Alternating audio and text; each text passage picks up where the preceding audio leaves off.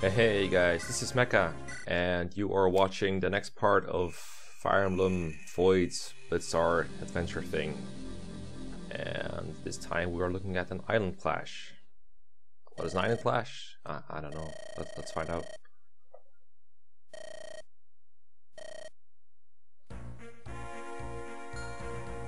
So, if they're in the way, does that mean we're going to make them pay, right?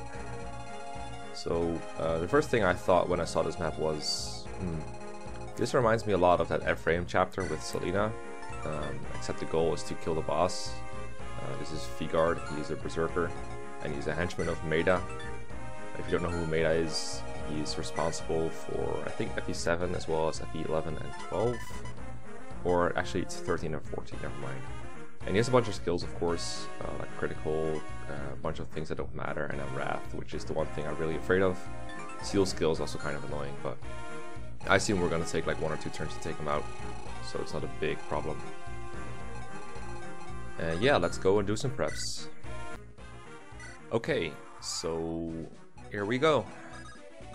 First thing I do is attack this guy with Anna, and the reason is, on my first attempt, which failed miserably of course, I did the same move and this happened. Anna triggered, I think this is the spoil, where you get a red gem after killing an enemy.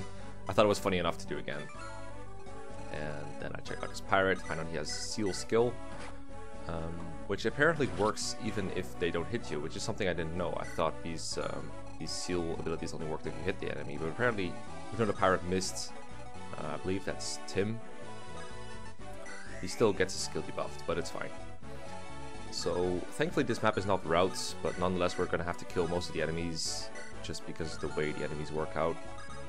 I think it's a good thing that it isn't route, because I thought that Ephraim chapter was particularly boring, but at the same time this map really only has 2 objectives.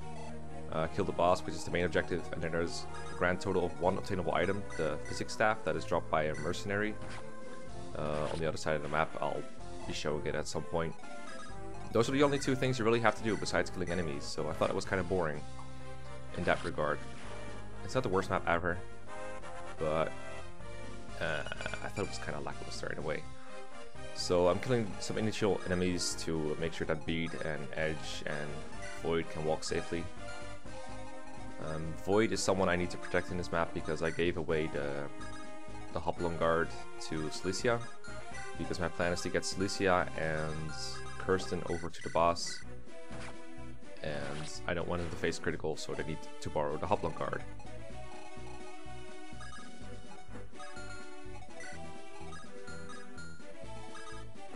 The enemies in this map don't really pose much of a threat, because a lot of them are unpromoted. In fact, almost all of them are. I think there's like 3 promoted enemies. They do have some annoying skills, but nothing my promoted team cannot handle. So now I'm just setting up a way to rescue people across the river. My first attempt I was kind of puzzled as to why I couldn't move Kirsten. I couldn't move Cilicia across the rivers while I could move Anna, even though they both have Acrobat. But the reason is that Acrobat only negates terrain penalties for terrain that you can normally cross. Even if it costs you like 1,000,000 move, you can still cross things like mountains and rivers. But the thing is, Anna, and I mean Rogue Anna, has Acrobat, but she also has a class that can cross rivers, whereas Mage Knight, which is Cilicia's class, cannot. So that's why she cannot move across rivers while Anna can, and this took me a while to get. So now there's like a 1-tile white choke point, and if you give me a 1-tile white choke point, I will gladly make use of it.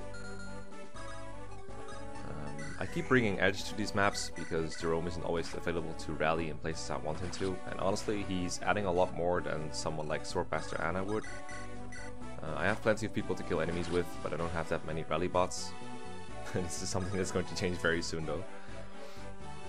So yeah, I'm just trying to think, how do I get as many people across the river as possible. Swordmaster Anna can actually stand on rivers, so I can use her to rescue Cilicia, and then next turn I can give Cilicia to Kirsten with Anna, and that way Kirsten can drop Cilicia on the same turn that she's being given Cilicia, if that makes sense. Basically I'm using one of Anna's turns instead of one of Kirsten's turns because she has more turns to spare, since there's like nothing to do for her after the initial maneuvers. Rescuing Bead because I also want to get him across the river.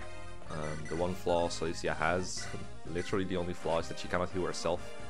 If only there was some kind of item that would let you heal yourself, right? But I'd rather use up Physic or Mend than an Elixir, and I might as well, since the initial group has nothing to do after this. Tim is on his way to the upper right because he can cross the river there and get to the Physic Mercenary. That way Kirsten and Celicia won't have to worry about that. And I think at some point I will show just what kind of enemies are surrounding the guard if you didn't pay attention earlier. I think it's like a bunch of Myrmidons and Hero. Not too threatening. Maybe it's mercenaries, I don't know, who cares. I get some rallies in, I think I could have gotten more, but Kirsten and Celicia don't really need it. I did find myself missing quite a lot in this chapter actually, misses I didn't expect to get. Unless I missed some kind of skill somewhere, I think this is just slightly weird RNG. Anna, I got her to the top to get the spoil that I knew she was going to get, but after that I figured she'd be best off as someone to rescue drop people across the river with because of Acrobat and her ability to cross rivers.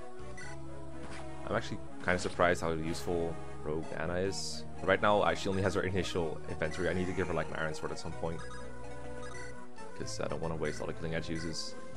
It's not a guarantee that she will activate Arms Thrift. In my initial attempts I just blocked the choke point and kind of was done with it, but now that I took quicker care of the enemies thanks to better use of Rally, I'm going to move them down a little bit. They're not going to get to the boss area, but they're going to do shit, I guess. There's one of those misses I was talking about.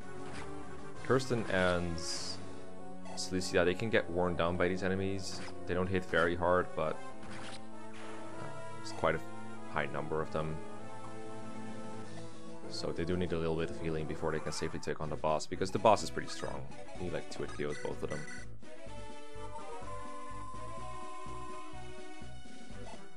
But yeah, so far these mid-game maps haven't been the greatest. I think mid-game maps is probably the hardest to design, especially if you have a lot of different people designing the maps, because it's very hard to get a good idea of how strong the player can be. And on one hand, you don't want to make the maps hard or unwinnable or require specific class configurations. Like, imagine for a moment that you're making a map where you really need a promoted flyer to beat it without good RNG. If you do that, then basically the player is obligated to train Kirsten or promote Anna or something, and you kind of don't want to force players into a certain way, because some of them, they might not know in advance that they have to do it. In fact, a lot of them won't. But then if you make the map where they don't require that, then your map is probably less... I forgot the word for this. There's probably a really good English word for it, but it slipped my mind. Basically, if you don't require something out of a player for the map, then it's probably going to be easier, because you're going to give him ways to do it without a promoted flyer. So maybe just a normal mount will do, or an unpromoted flyer. And in order for that to work, it have to be smaller, or the enemies have to be weaker. Anyway, here is Edgeworth, Miles Edgeworth. He has no photo available. Apparently he's Edgeworth. And he's a civilian with like 1 million rally things, so I guess he's Rally Man. And he only has 5 move, and he cannot fight. He also cannot use the guiding ring he comes with, so I'm not sure if he has a promotion. He's level 20, so if he has one, maybe I'll try like the Master Seal or something. I was planning on... I made a save state earlier because I was afraid he'd promote into something worse, because that is something Rome hacks can do. But yeah, he has like every rally skill, so look at how beautiful Tam is right now. He's better than Tim by far for this turn only. Yeah, I will probably deploy this guy over someone like Edge in future maps, because that rally is really strong. I hope there's not some kind of trap behind it. Yeah, that guy just makes your unit overpowered, man. That is one of the best units I have ever seen. One of the best support units, at least. Sort of like a dancer, this is like the best support you can probably ask for. But he's out of range of my main boss killers now, so... it's fine though. Kirsten and Celicia, they can do fine without any of the rallies. We have Beat in there now for physics support. In one of my earlier attempts, he got killed by a stray Myrmidon that I left in his range. That is one of the reasons I'm kind of hesitant on including Beat. Come to think of it, maybe it's better if I replace Beat with Miles. So anyway, Kirsten has the silver lance because I think she gets weighed down too much by the steel lance to double these mercenaries, and the silver lance is just the one to kill. And here Tim goes to kill these mercenaries, or almost kill the mercenaries, and now he's actually close to dying. This hero is way too fast to double. Kirsten can do it on player phase thanks to her skill, but not on enemy phase. So I really hope Tim hits. He actually missed 98 apparently, which is hilarious. If he misses again, he would actually have died. But we get the physic, and now I can either kill the hero boss or the hero for some EXP, or I can just go for our friend, the Maeda fanatic over here. I think Maeda is the guy that's to blame for all the waifuism in Parliament today, so I'm very glad to take him down. So Alicia has the Hoplon guard, and now that she's in that position, I can just trade it to Kirsten. He forgot to put clothes on. Okay, so let's check out that bear chest then, and let's show off the battle music for a little bit. We get a guaranteed kill with the Axe Reaper. Reaper weapons are strong, dude.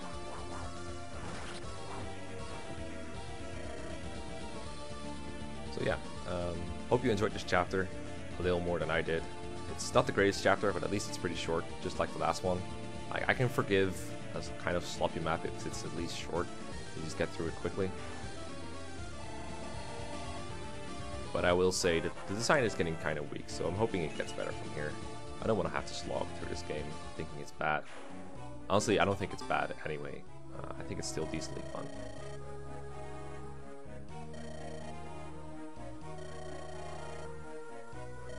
I'm being quiet here because I don't like voice acting, but I also don't want to talk through all this talking, all this exposition.